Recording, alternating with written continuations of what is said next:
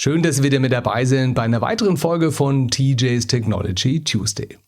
In dieser Episode einmal einen Vortragsausschnitt einer Keynote, die ich vor kurzem gehalten habe, zum Thema künstliche Intelligenz. Ich wünsche Ihnen viel Spaß dabei.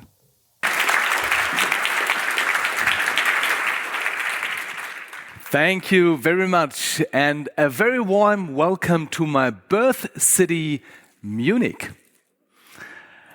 And as much as I love Munich, I also love AI. But AI is bullshit. 95% of all AI implementation projects fail. This is what current studies from McKinsey and the MIT are clearly stating.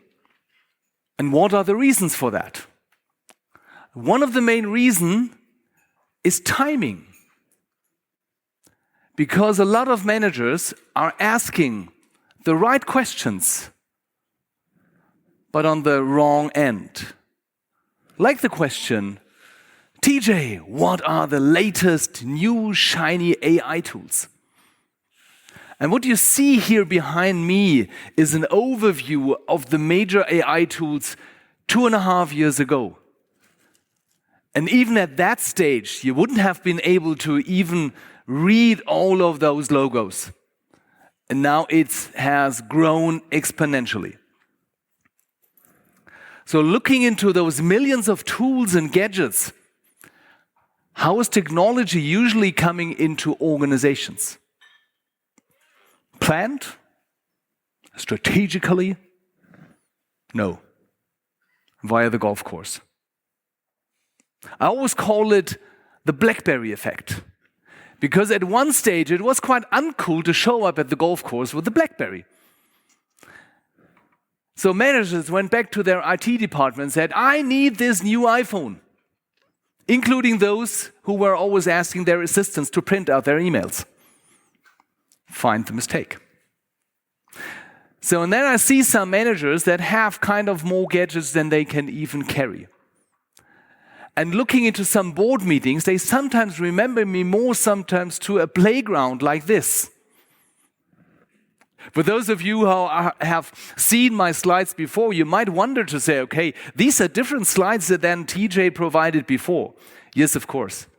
Because I joined you Wednesday in the evening, and I'm very grateful for all those insights I was able to gain through a lot of talks with you during the day and the evening.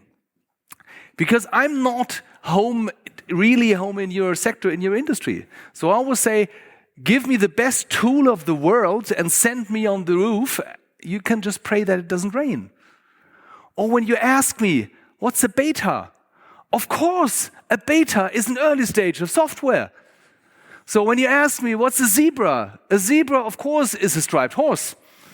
But I've learned that probably some terms have a different meaning in your industry. And we already talked about the quality of output of artificial intelligence. So, and I always say it doesn't start at the end, it starts at the beginning. So, and you probably all have heard the saying, a fool with a tool is still a fool.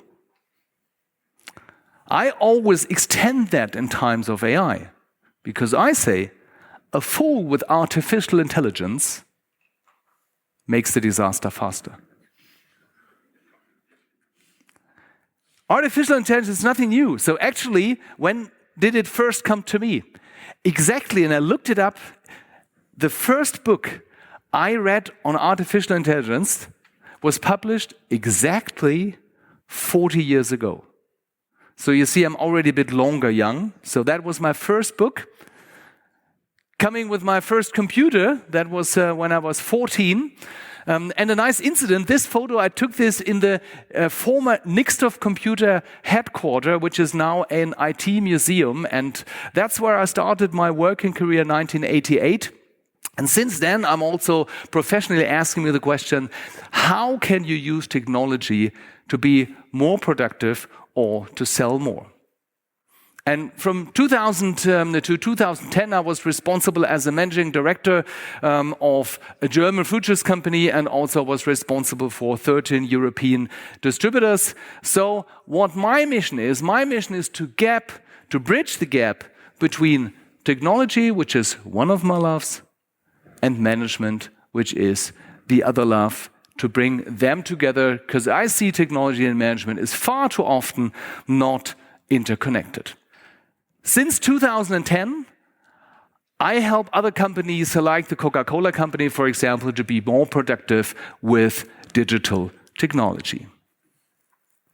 Before I continue, I'm very interested in how AI ready are you? And I already started where I'm seeing me, from no clue to number 5 being a fully integrated AI company. So you are here and your company is already driven by AI to 100%. I'm not there yet. So, but like yesterday, for example, I sat together with a group of Dutch colleagues, and they said, okay, we're a group of 7. 3 are here, 1 is on vacation. So literally half of the company was there. So, okay, with AI, no problem. So great to see where you are already standing, and I see we already have a number 5. Wow, that is great. So somebody who is already integrated AI company. I'm very much looking forward to see all of you, and especially the edges of the scene, but also all the other ones in my workshop after this keynote, because we will have a break, and afterwards I will host a workshop. And what you can, during that workshop, what you can do is always also ask questions. You should now see on your smartphone the possibility to enter questions, like, for example, the one which I put in here: what's the difference between ChatGPT and Microsoft Copilot? Use the chance during my talk. It will be open during my whole talk. When you have any questions, just key them in. Feel free to also rate them up. So when you say, this is a very important question, because then we see the highest rated questions first, and then we will go through them in my workshop, and of course afterwards, because I'm here for the whole day for you. Looking into how many organizations are looking into AI. It's kind of like this picture where we have an environment which is still quite conventional, paper-based, and with manual fire. And then AI is seen as the magic miracle in that.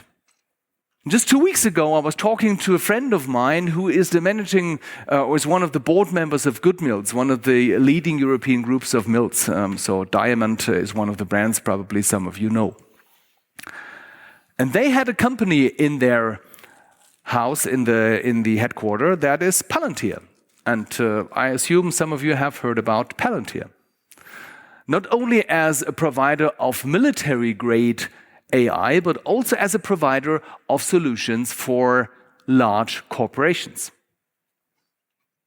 And their idea was to say, okay, we want to have AI to streamline our quality management. They sat all together, and at one stage, Palantir got very silent. And they said, we are very sorry, but we have to come back in approximately 1.5 years. Because this is what we see in your data. The best artificial intelligence can't work without any structured data. And I even add that in terms of garbage in, garbage out. So I see everybody, we need AI, and I say, okay, probably it's a good idea to start with common sense and to start with structured systems. And when you're doing analyses, you probably don't want to have a different analysis result every time. So probably it's a good idea. And even yesterday in the AI workshop, I learned to say, okay, don't let AI do the calculations. Use AI to enrich the deterministic systems with benchmarkings. And what do we expect about with AI? We expect it to be like the Terminator. We're not 100% sure whether it's a good thing or a bad thing, But we all say it's perfect, it's the perfect machine, and it knows everything. And then we're talking to Siri, and this is kind of like this one, to say, okay, probably who has installed this on my cell phone?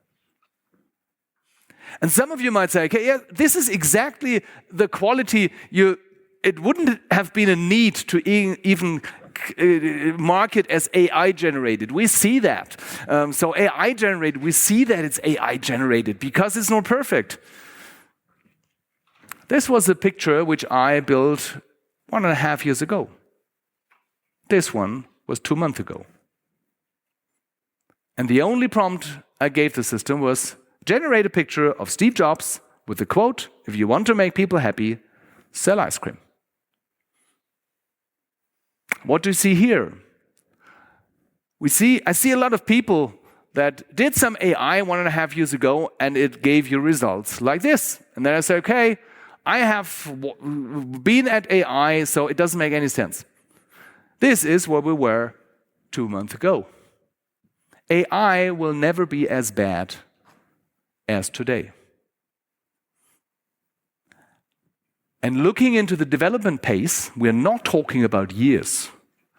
We're not talking about months. We're talking about weeks, where we have exponential increasing systems and power.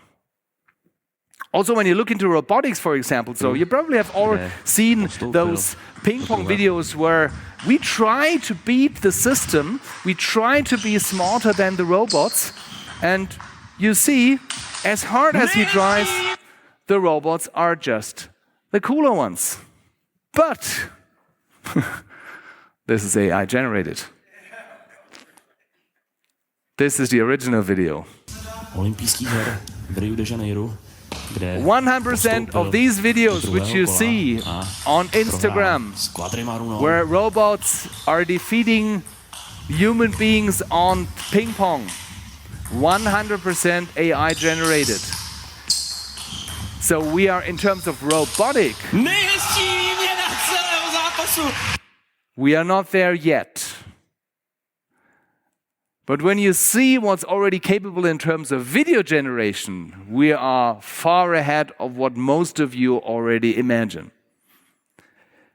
Just to give you an idea where we are at robotics at the moment, this is approximately the pace of the robotics, and this is not, people say, did you put some slow motion effect on it?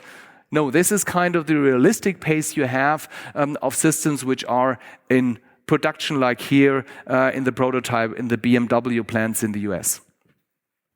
But there is a mistake in the system. Because what we try to do is we say, okay, we have learned that with the beginning of the Ford Model T, that this is how we produce with humans, and now we try to just replace the human one by robots. People who have understood this system, they say, no, our robots are looking like that. Yes, Tesla is building robots, but what they understood in their production is to say, why shall we take all the limitations that we humans have? So when we can build robots that are much stronger, much powerful than humans. By the way, a former German company, KUKA, now owned by Chinese. So also looking in terms of when we're looking into artificial intelligence, today it's a good idea to always look into West direction, USA. When we're looking into the future of AI, we probably should be looking more eastwards. Who has heard about DeepSeek? So that was, I see some hands here, that was the Chinese artificial intelligence system. And how did it arise? They were the first ones with the reasoning mode. Reasoning modes means that the artificial intelligence is not just thinking shortly but longer with some iterations. And they did that out of a bottleneck. Because due to the export restrictions, they had a limited availability on those chipsets. So what did they do to say, we don't have the hardware here, what do we have to do? We just have to be smarter and we have to think harder. and then they integrated the reasoning concept. The US was smart enough to say, okay, now we have the chips and we can copy the reasoning thing. But the Chinese were first to go. And while we in Germany are blocking artificial intelligence in our school because we say it's a bad thing, kids have to think themselves, AI is starting in class number 1 in school since years. So the future will be coming from the East. Ja, ich hoffe, Sie konnten den einen oder anderen, vor allen Dingen Umsetzungsimpuls aus diesem Vortragsmitschnitt mitnehmen. Sollten Sie für Ihre nächste Veranstaltung einen informierenden, einen inspirierenden, einen bewegenden Redner suchen, der Ihre Mannschaft, der Ihre Vertriebspartner, Ihre Servicepartner begeistert, inspiriert und vor allen Dingen in die Umsetzung bringt, dann freue ich mich sehr, wenn Sie mich ansprechen. Dann spreche ich gerne auch als Keynote-Speaker, als Workshop-Verantwortlicher oder in anderen Formaten für und mit Ihren Kunden. Mit Ihren Kunden spreche ich natürlich dann auch nicht nur die eine Stunde, wo ich einen Vortrag halte, sondern ich bin bei den Veranstaltungen den ganzen Tag mit dabei, sodass Ihre Teilnehmer hinterher sagen, wow, das war aber ein toller Service. Genau das ist meine Idee, seit ich 1988 bei Nixdorf begonnen habe, das Thema Digitalisierung, Vertrieb und Produktivität zusammenzubekommen, aber das Ganze auch mit Spaß, mit Motivation, so dass neue Technik keine Angst erzeugt, sondern dass die Teilnehmenden Lust auf Digitalisierung, Lust auf KI haben. Ich freue mich sehr, wenn ich auch Ihre nächste Veranstaltung dementsprechend bereichern kann. Ihr Thorsten Jekel.